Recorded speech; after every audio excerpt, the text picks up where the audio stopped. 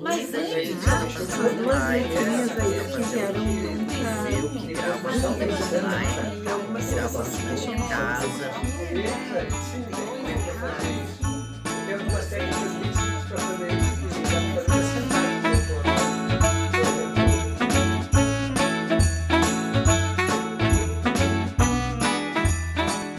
Olá, queridos amigos, tudo bem? Como estão?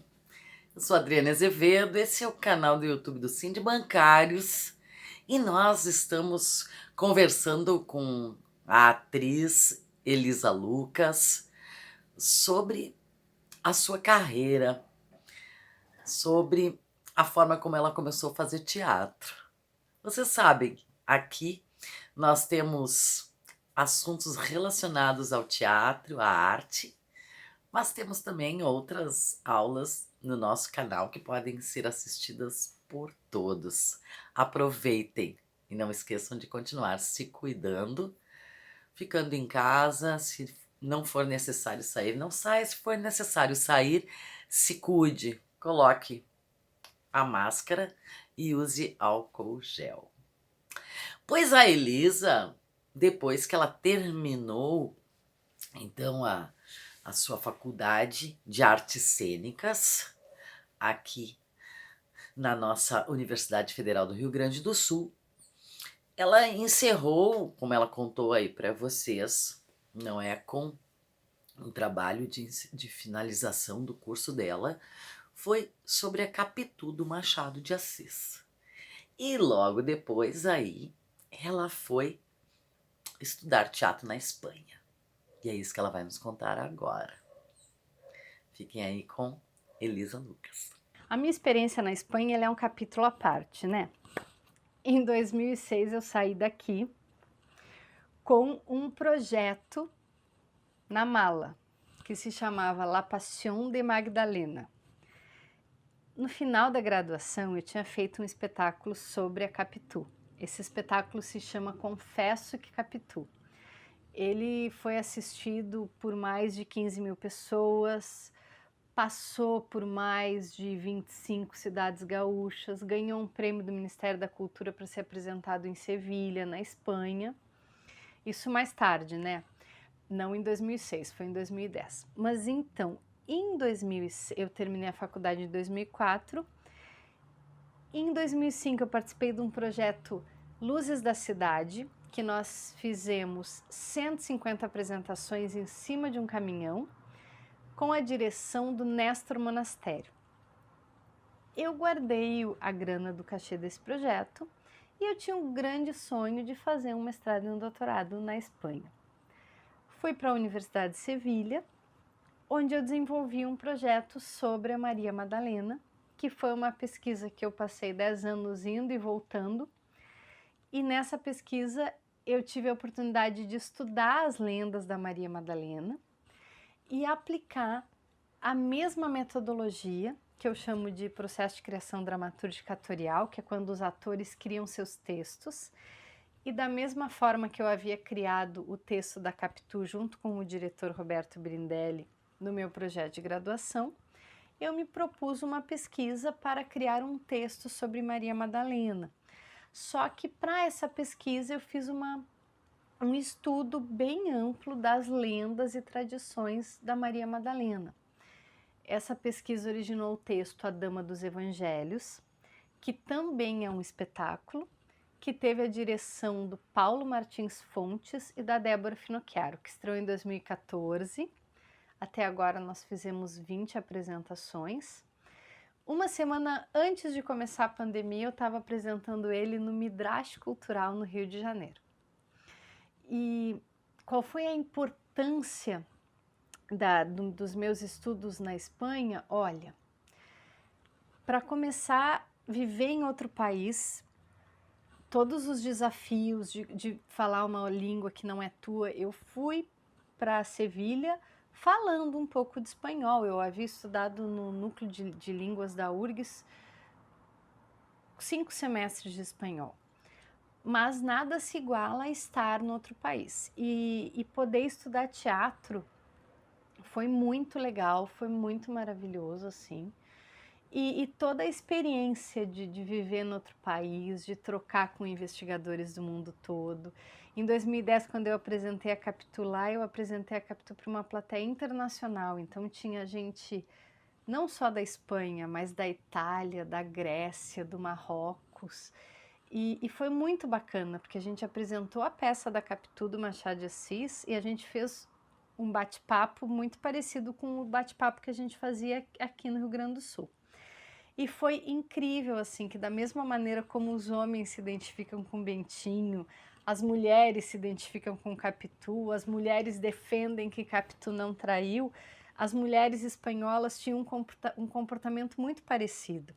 Claro que antes de fazer a peça lá, eu falei um pouco do Machado de Assis.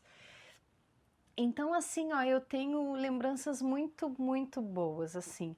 Tanto das oportunidades, lá eu estudei atuação no antigo Centro Andaluz de Teatro. E eu desenvolvi a pesquisa para criar o texto A Dama dos Evangelhos num centro de autores que se chama Centro de Documentação das Artes Escênicas de Andalucia. Então eu pude ter contato, assim, tanto com pesquisadores, como aprender como é que eles fazem teatro lá, como é que eles documentam as peças lá, como é que é o modus operandi deles. Foi uma experiência muito bacana e o voltar para o Brasil, eu voltei com muita vontade de aplicar, tanto que nos projetos que eu estou executando agora, no fazer, no organizar, tem muitas coisas que eu trago de lá e que eu apliquei na minha prática. Mas além de atriz, a Elisa também é dramaturga, ou seja, ela escreve para teatro. E ela vai nos contar então como foi que ela começou a escrever, como foi que ela começou essa relação que deve ter iniciado com a Capitu, com essas mulheres, que depois ela vai trabalhar a história de Maria Madalena, vocês vão ver, ela vai contar histórias, questões muito importantes que ela coloca na dramaturgia dela. E os vários espetáculos que ela então desenvolveu através do seu grupo Capitu. Ela vai nos contar um pouquinho mais sobre isso. Então, Adri, o que acontece? A minha relação com a dramaturgia, ela começou...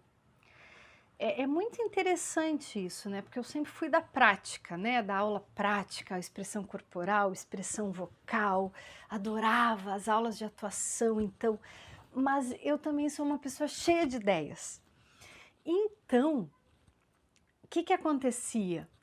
Eu desejava muito contar uma outra história da Capitu. Foi assim que eu me tornei dramaturga, foi querendo dar voz à Capitu.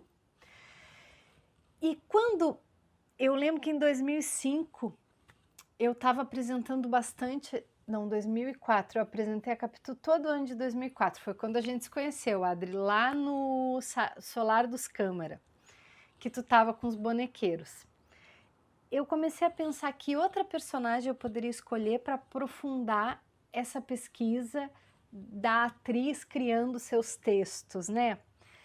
E aí eu pensei, bom, se eu trabalhei com a Capitu, que era desejada por Bento e escorraçada, né? Porque na Capitu eu pesquisei o desejo no feminino, né? Eu comecei a pensar que outra personagem eu poderia aprofundar essa pesquisa do desejo. E aí Maria Madalena. Aqui talvez tenha despertado o desejo em um grande salvador. E aí eu comecei a estudar Maria Madalena em 2006, antes mesmo de sair do Brasil, né, de ir para a Espanha. E ali eu vi que não era o foco do desejo a pesquisa da Maria Madalena, era o foco do sagrado e do profano.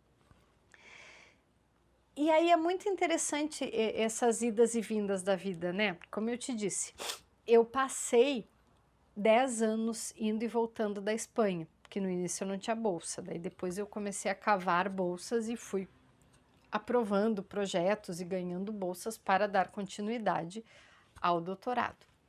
Primeiro ao mestrado, depois ao doutorado. O mestrado foi todo sem bolsa. O que aconteceu? O que eu percebo, assim? que eu estava super focada em criar o texto da Maria Madalena, em fazer uma pesquisa, em estudar essa figura. E aí, numa dessas idas e vindas, era o ano do Machado de Assis e eu comecei a estudar, a apresentar muito a Capitu. E aí, num teatro, me disseram: Elisa, tu não tem uma peça para criança com essa delicadeza do Confesso que Capitu, com essa linguagem, com esse trabalho corporal? E aí, eu tinha algumas anotações, e foi dessas anotações que nasceu o texto Histórias de uma Mala Só, que foi publicado em 2018 pela Edipuc. Por esse espetáculo, que ele estreou em 2009, ele já fez 60 cidades do Brasil, basicamente Rio Grande do Sul e São Paulo. Vinícius Petri dirigiu a peça. Em 2009 eu ganhei o Tibiquera de melhor atriz por essa peça. O texto recebeu indicação de melhor dramaturgia de prêmio Tibiquera, e o Vinícius Petri, que dirige, recebeu indicação de melhor trilha sonora, que ele também assina a trilha sonora. E, na verdade, a minha relação com dramaturgia, ela vem muito dessa minha vontade de dar voz a essas personagens. No caso das Histórias de uma Mala Só, vem desse meu trabalho também com a contação de histórias, que é um trabalho que eu sou muito apaixonada por fazer, que eu gosto muito, e a relação do contador de histórias, ela também atravessa o meu trabalho como atriz. E por último, eu perguntei para Elisa como está sendo a vida dela na pandemia. Vocês sabem, os atores estão impedidos de trabalhar presencialmente, agora estão voltando aos poucos. Mas durante um ano e meio aí, nós só conseguimos trabalhar virtualmente. E como vocês viram que a Elisa, ela é pesquisadora e diretora de artes cênicas do Instituto de Artes, ela dá orientações ali dentro do Instituto de Artes em artes cênicas. De que forma ela continuou trabalhando? De forma virtual? Isso tudo ela vai nos contar agora nesta última pergunta que eu fiz para ela, que é como ela está se saindo na pandemia e se ela tem planos para o futuro. Que a gente sempre deve ter planos para o futuro, viver o presente, mas pensar se a gente quer construir algo novo, se a gente está pensando em montar alguma coisa, tudo isso ela vai nos dizer. Como é que está o meu trabalho na pandemia? Hoje eu trabalho como diretora de artes cênicas no Instituto de Artes da Universidade Federal do Rio Grande do Sul, na mesma faculdade, na mesma universidade onde eu estudei. No Instituto de Artes, a gente está trabalhando de forma remota, e eu adaptei os projetos que eu iria desenvolver no ano de 2020 para o ambiente remoto. Então, a minha casa, a minha sala aqui que vocês estão vendo, ela se transformou num estúdio. Inclusive, Adri, eu estou conversando contigo agora com uma luz e um cenário que vai ser de um vídeo do projeto Palavra e Sensibilidade, Leituras Cênicas de Contos de Jane Tutiquet em Ambiente Virtual. Esse é o projeto de extensão que eu estou executando durante a pandemia. No ano de 2020 eu tinha um planejamento de apresentar leituras cênicas de contos da Jane Tutiquet. Essas leituras cênicas, elas enfatizavam o universo feminino e seriam apresentadas em um evento da universidade. Com a questão da pandemia, e influenciada por uma série de diretores do mundo todo e atores também, que começaram a transformar os seus celulares em câmeras e as suas casas em palco, eu me aventurei. Primeiro eu passei um tempo estudando, né, essas possibilidades, comecei a estudar alguns elementos de iluminação caseira e sigo estudando, né? Comprei um tripé, comecei a montar. Aquilo que vocês estão vendo são 2 barras de LED, que é mais baratinha, que eu uso nos vídeos. Comecei a mexer com esses equipamentos, fiz uma softbox caseira, fizemos 2 na verdade. Ó, eu vou só virar a câmera ali para te mostrar, olha ali, ó, ali tem uma e ali tem outra. Então, ó, viu só? E aí comecei a me apropriar desses elementos e comecei a trabalhar em casa. Então agora nós estreamos o primeiro vídeo do projeto em 28 de janeiro. Vocês estão todos convidados para assistirem. E se chama As Moças e tá no canal do YouTube Palavra e Sensibilidade.